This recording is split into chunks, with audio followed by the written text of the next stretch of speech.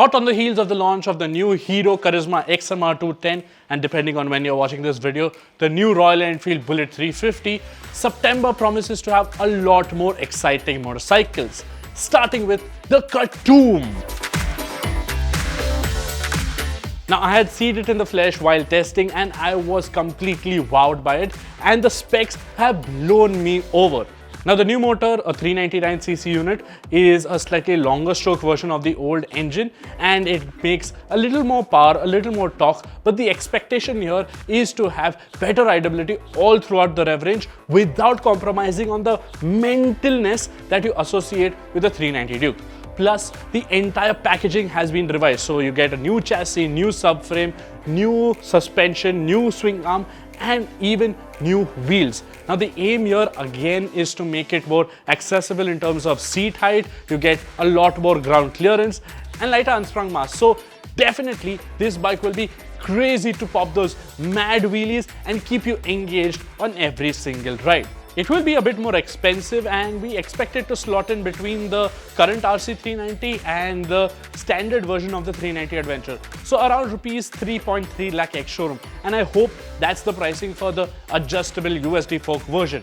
Now, if KTM India does decide to get a bit greedy, then we can see this particular adjustable sophisticated suspension offered as an extra variant, and that will make it a little more pricey. Now, we will be riding this bike very soon on 11th September, but you'll have to wait until 17th September to know entirely what this bike is all about. So make sure you hit the subscribe button as well as the bell notification icon because you don't want to miss our first ride review video of the new 390 Duke.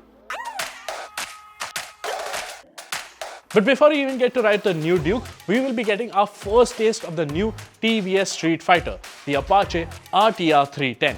And before you say anything, no, this is not going to be anything like the BMW G310R in terms of appearance. It's not going to have the same bodywork but with different colors or just with the TVS badging. It is going to be a completely different motorcycle. The only similarities with the Beamer might be the engine and maybe even the suspension hardware. In terms of design, TVS has styled it to sort of mimic the Ducati Street Fighter V4, and that's a pretty handsome looking motorcycle. Plus, you can expect a lot more tech on the Apache RTR 310, namely ride modes, a full color TFT dash, smartphone connectivity, and turn-by-turn navigation.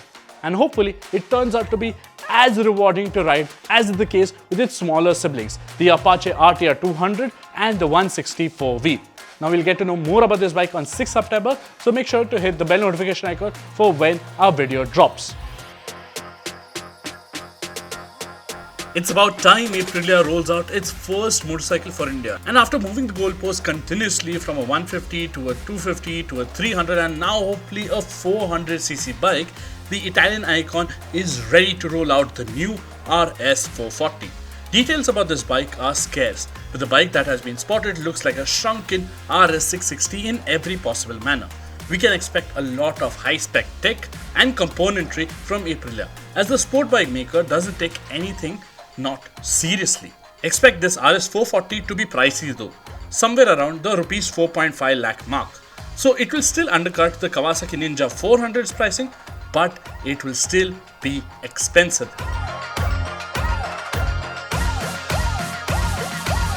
Now, like I mentioned right at the start, this video drops on the 1st, which is the same moment when we get to know more details of the new Bullet 350. It is the longest continuously produced motorcycle in the world, and this new bike promises to be even more special.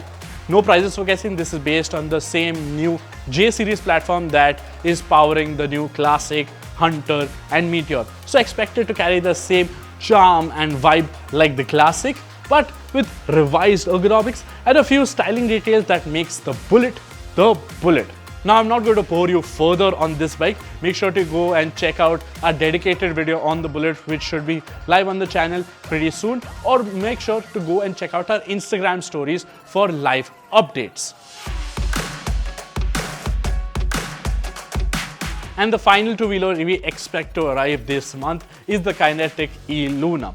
Now, unlike the previous Luna, which was petrol-powered, this electric moped will be initially offered and geared towards the B2B market, and later on it will come in for personal usage. its humble demeanor is matched up with equally accessible performance. So top speed is around 50 kmph. You can expect 100 kilometers of range on a single charge, and it will have easy rideability. We expect it to cost around 80 to 90,000 rupees depending on the FAME to subsidies and state subsidies depending on which state you are in.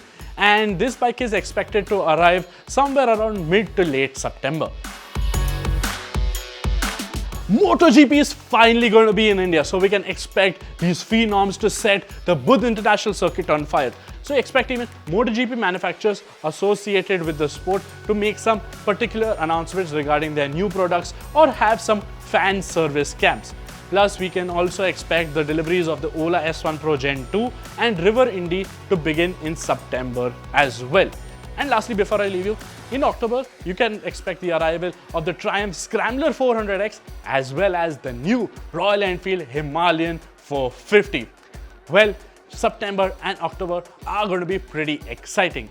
So make sure you hit the like, share, subscribe, comment and bell notification icon. This is Jehan signing off. Thank you for watching.